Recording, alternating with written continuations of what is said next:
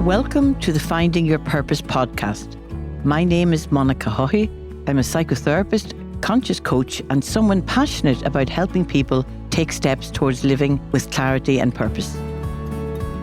In this 6-part series, I'll be speaking with individuals who are aligning with their purpose and are an inspiration to others to find theirs.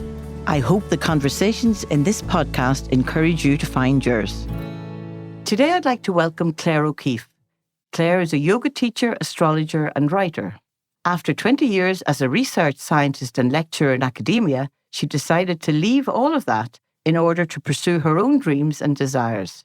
She has now established a local community space in Dublin 6 where she hosts yoga and workshops to mothers, teenagers, and children. Alongside this, she does one-to-one birth chart readings to help empower and validate women in their own life purpose. And if she's not busy enough, she writes weekly with a creative writing group and has published with them. You can find her on Instagram, Claire O'Keefe. So you're very welcome, Claire. Great to have you here. And you and I have connected through a mutual friend of ours. And what really drew me to have had various conversations is your training and experience and a passion for astrology. But it's interesting to see that you're 20 years as a research scientist, and it's not that astrology isn't scientific, but you were 20 years in the world of academia and as a research scientist. So maybe you could tell us a little bit about that and how you got to where you are now. Thank you, Monica. It's wonderful to be here, and I'm very grateful to be able to speak today.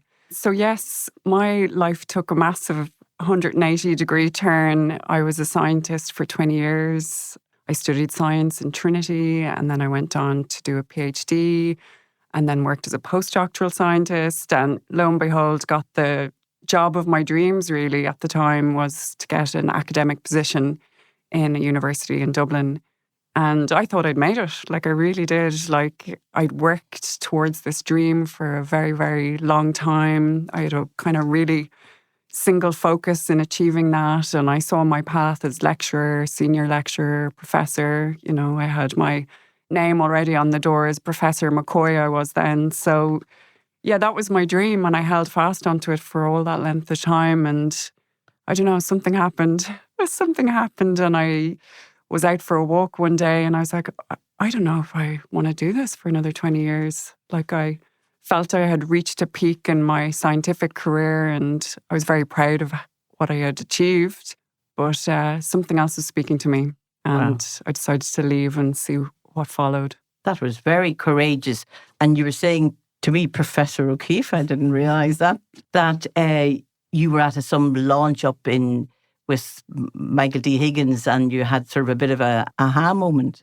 You were at this award ceremony and you're with your colleagues and peers. Yeah, and then right. You had an aha moment, which I think is very interesting. Yeah, I had, in science, your life is made of teaching, but also doing research. And as part of your kind of contract with the university, you have to try and obtain grants, funding, I suppose, for your research. And so I had a very luckily achieved, it's called the Future Research Leader Award in Ireland, wow. And only 1 of 5 people will get that in Ireland. And so what comes with that is a €1.2 million grant to be able to lead a lab of a lot of people and also the prestige of meeting the president. So I thought this was it. I was in that room meeting the president with my husband by my side. I wore a beautiful red dress and I just stood there and I was like, I'm not feeling what I think I'm meant to be feeling. I'm not feeling the pride that I think I should be feeling. I'm not feeling fulfillment or happiness that I think I should.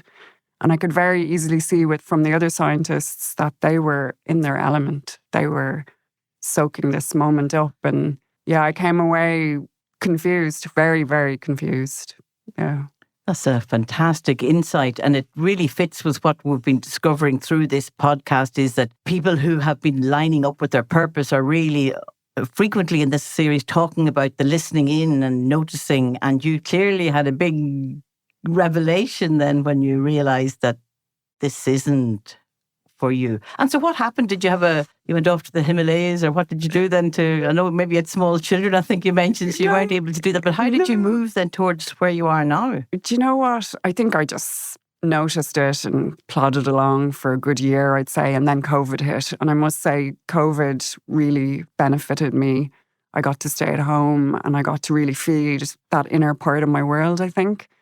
And I really got to spend time as a mother. I kind of was able to plan my own day without feeling guilty. Like I started doing really small things like enjoying a cup of tea and not doing it at my computer and looking out at the garden and going for a walk. And I think I started feeding my own soul a bit and noticing that in these small ways, I wasn't giving myself joy. And COVID really helped me slow down. I found a lot of peace. I started working in the garden, so I was in touch with nature. And I was like, God, is this what life can actually be about? Like, can I live with this sense of peace all the time? And I did anything to chase that feeling after that. Like, then I knew I'd found something that I needed to pursue. That is so lovely a story. And you used the word at first, plodded along, but it sounds like maybe what you mean is take things slowly, to live with more awareness, with more... Absolutely. You're right. And I did all the right things. Like my dad was very supportive. Like I had such fear telling them because they'd invested so much time. Like it's a journey with your parents that they've invested all this time into helping you achieve these initial dreams, and they just wanted me to be happy, very much so. And my dad was like, but if you're going to make this decision, maybe go and see a life coach and understand why you're going to make this decision to leave science. And it was very good advice, I must say, because it helped me understand my values, maybe started carving out a little bit of how are my values so different to what I'm doing at the moment. You're right. I think I started to be very conscious for the first time. Yeah. No, we often call, when we're not sure what we're doing next, we do have negative words to describe it because it is kind of a bit scary. But then you certainly, whilst you are plodding or taking things slowly, you're also taking in and noticing and learning from it. And presumably you did go to a life coach then as well. I did. I went to a life coach and I was doing a lot of reading as well, like Michael Singer, Untethered Soul and Surrender Experiment, and Sharon Blackie's If Women Rose Rooted, and Maureen Murdoch, The Heroine's Journey. Like these were like feeding me these books. I was like, wow, there's a whole other world out there that's just not led on logic, but led on your heart, like led on living your life through your heart. And I was just so curious. What does this mean? How can I live that way? Am I brave enough to try that? And, when the light becomes bigger than the light staying, you're made to move. You have to move on, I think, once you feel that light calling you towards something, even if you don't know what it is yet. Thanks, Claire. That's a beautiful description when you talk about the light. But certainly it sounded like something was becoming clear to you about what you could no longer do. Isn't that essentially it? Yeah, definitely. Like I think the first call I had to make was I going to stop what I was doing before figuring out what it is I was going to do. So that was a relief. Okay, I'm going to make this decision to leave science. I took a career break actually, so that gave me some insurance. Like I took a career break for 2 years and then went on this explosion of desire. Like I started gardening courses, I started floristry courses, I bought a VW camper, I started studying astrology, I became a yoga teacher training. I just followed my joy and I just surrendered. If I met somebody and they invited me somewhere, yes. Like it was a confusing time because I didn't know what I was doing or where it was leading me to, but it was a beautiful time. Like I just played. You're going to leave a lot of us unsettled, Claire, after this interview. I would love a Volkswagen camper. And where did you go with it? Did you go abroad around Ireland? Yeah, I bought it down from a lady in Killarney. Like I got the train down, which is foolish, I've heard, because if you get the train down, there's only one way home, which is to buy it. It had no brakes, so I drove it from Killarney for 7 hours with no brakes. It was madness, but I was in heaven, like in heaven.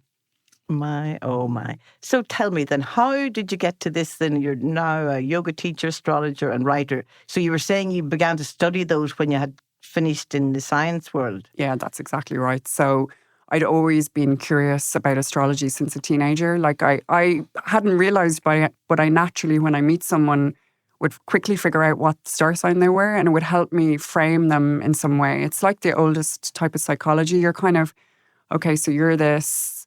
I understand a bit about you already. And I've always naturally done that.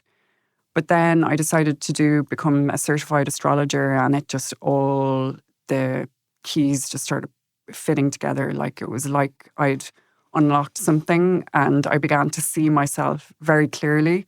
Like it's an unbelievable self-discovery tool, astrology. And because I was studying myself as I was studying to become an astrologer, I was able to really tap into what my values were, how to soothe myself and nurture myself, what my mission in life was. And I could see how my previous life had played out, but equally I could see where I was kind of missing the mark a bit. Yes. So, I mean, that's one of the main reasons I wanted to talk to you today, is that I think astrology is a really wonderful tool to help people figure out what their purpose is. And I know that I have been going to astrologers since my children were small, and I thought it was an amazing map of themselves and their personality and what's good for them to be involved in. And for myself, I think it's useful. I've done a lot of work on myself, therapeutically, but then astrology is another tool that can come in to help me understand myself more as well. So do you want to say a little bit more about how we can use astrology as a tool? yeah. Keeping it simple, because astrology can be so complicated as well. But one thing I really like about you, Claire, is you can convey the information quite clearly and simply. Yeah, it is a wonderful tool. Like it's basically your birth chart is a snapshot of the planets in the sky the moment you were born. So you, in essence, contain a tiny bit of that planet's makeup, the energy at that point. And it's then on this map, like your birth chart is literally a map divided into 12 quadrants of life. And each of those quadrants has a planet and it'll play out in a certain way. But you can look at that, it's lovely to me to be a scientist because I can read that both logically, and now I've very much realised I can do it intuitively as well. So I can look at it and kind of intuit connections between the planets. But I suppose if we're talking, you can ask astrology anything. So you can ask it, what's my relationship going to be like? Or what's my personality, my kids going to be like? Like you can ask it anything. But if we focus in on what my purpose is, you can very easily just look to your sun. So your sun is your main mission in life. Your sun is where you were born to shine, like shine, shine, shine. And your sun gives you the energies and the qualities that you'll imbue to pursue this mission. So I know, Monica, you're a Libra. You're a Libra sun. So you will be you have all these qualities of diplomacy, harmony, working closely with people. Those qualities will help you achieve your mission. And I know that your sun is Libra, but it's also in the third house. Yeah. So the third house is all about communication, sharing ideas, talking through things, which is exactly what the podcast is a perfect example of you living out your mission as a Libra sun in the third house. Yeah. And you could also see from my star sign that, you can understand why at primary school I put up my hand to ask a teacher, why are we here, miss? And she sent me home to ask my mother. But there's something about that you also saw that purpose was important in my chart, wasn't it?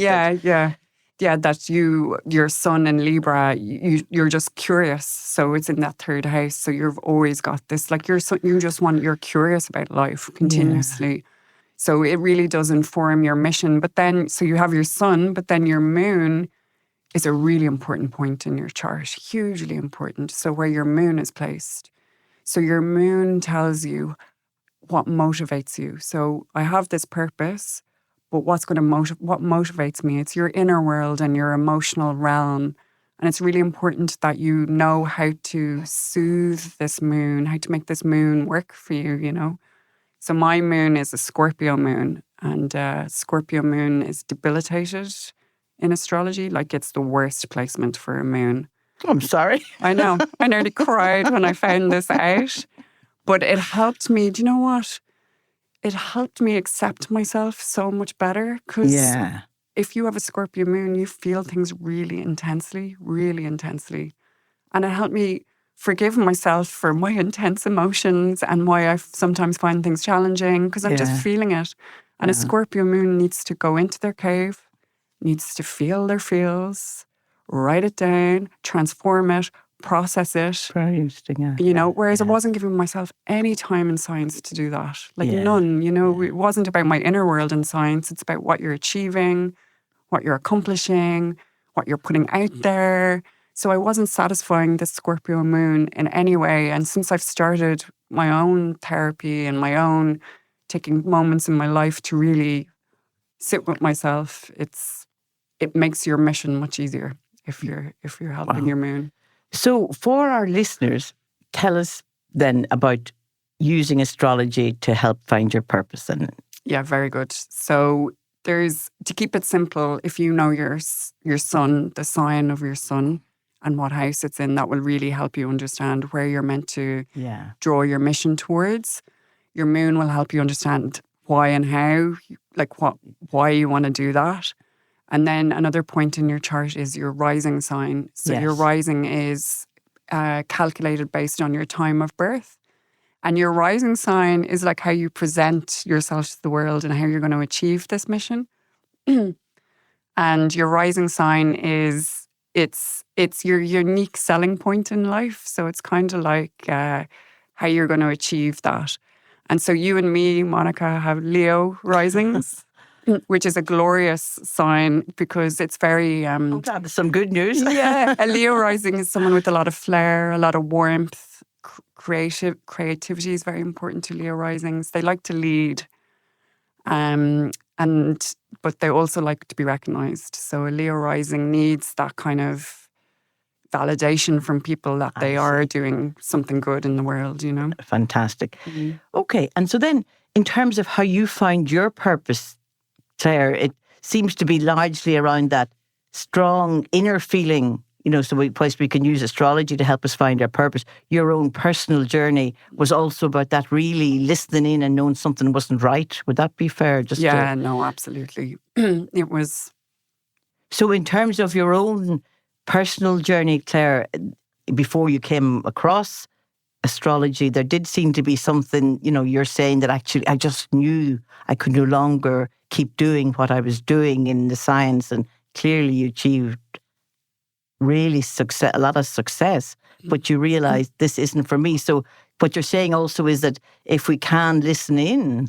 Yeah, it was very much about going into my inner world where I'd never once given myself any opportunity to do that. What I really realized that I've spent a lot of time trying to figure it out because it kind of took me by surprise. But what I do know is that science very much values your mind. And I think a lot of our lives is valued by our mind, like society's set up to value your mind. And we're not given much opportunities to go, well, how does this make me feel? Like, how do I feel in this? Well, what does my heart want? Like, what do I actually want to achieve in this short and beautiful life? Yeah. And so I really took time to tap into my heart's desires. And that was hard because I didn't know. I had to build a relationship with my heart because I didn't actually know what it wanted. And that's why saying things like, I sat and had a cup of tea because I wanted to have a cup of tea. I started really small. I went for a walk because I really wanted to go for a walk. And I started overriding my mind a little bit, following those little nudges of my desires, really little things that I wanted. Mm-hmm. And you know what happened? The world just opened up. The universe responded and just dropped little bits of magic all over the place. Like I'd order a coffee and I'd go, instead of just ordering it and it being a transaction, I started going, oh, how are you today? And their eyes would light up, but my eyes would light up. We'd have this conversation. And I was like, 1 second interaction, you can have this beauty in your life. And I had just been missing all of that, Fantastic, yeah. And the other qualities you display is courage. Like you were pretty fearless, or maybe you weren't fearless, but you did it anyway. But, to make this huge transition, and you said you talked to your parents about it, but and they would have supported you academically, and now here you are making a switch. But it takes a lot of courage to do that, doesn't it? Yeah, no, it does. I like a bit of risk, though. I'm an Aquarius. So that's Aquarius, in your chart, is yeah. So Aquariuses love a bit of rule breaking, innovation. They don't like being the norm. I like doing things a bit differently. So it got me excited. Like thinking about leaving, I was like, oh, I'm doing something a bit outrageous here. Like that excited me. Very good. So you had that in your chart too, Yeah. But I mean, and also the people I work with come to me looking for change, it is that getting clarity that actually this isn't for me anymore, getting the qualities, whether it's courage or, and also getting the support. You went to a life coach, but we do need support to make these changes if we're feeling that we want something more going on for us, to get the support. Yeah, I couldn't recommend that more. Like, there are so many times I would have chickened out, but it was just meeting this life coach once a month and once every 2 weeks just kept me accountable. Like, it kept going back to why I was going to do what I was going to do and reminding me of my values. And, freedom is I hadn't realized, but freedom is my top value, which is another Aquarian trait. Wonderful, But freedom to build your own life. You're not building it according to someone else's rules or guidelines. And I mean, just to give my own work a plug, that's the kind of work I do in groups around getting people together who are ready for change and need the accountability and the peer support, etc.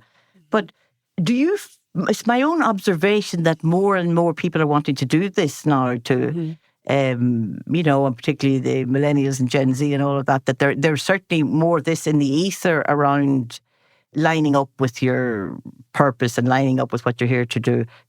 Presumably astrology will back all of that up? Yeah, I think each of us is born with a little bit of magic in us with this purpose. And I think we have so many beliefs and societal norms put on us that we think we need to go this certain path and we're never given an opportunity to stand back. And again, it comes back to, well, how do you feel doing what you're currently doing? How would you feel trying something that you really love to do?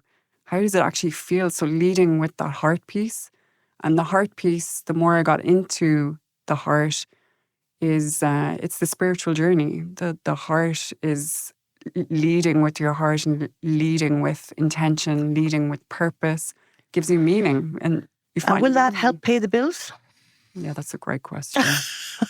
That's a wonderful I think that question. is the challenge. And I was talking to a group recently and I was saying, so once we clear what we do, the importance of keeping doing it, keeping, consistency, marketing, we have all those other bits. No, I do agree with you, but I think sometimes people wonder and be thinking, oh, well, that's all very well, but we have to pay the bills, So I think that it's a valid question, but I do think the answer is, if you can make it work full time, or you can do it as a side hustle. We've had people in here who are doing what they really love to do on the side. Or maybe it's an invitation to dig really into ourselves on a spiritual level and trust the universe. I mean, maybe that's the other thing that, if you really want to risk, you will be supported.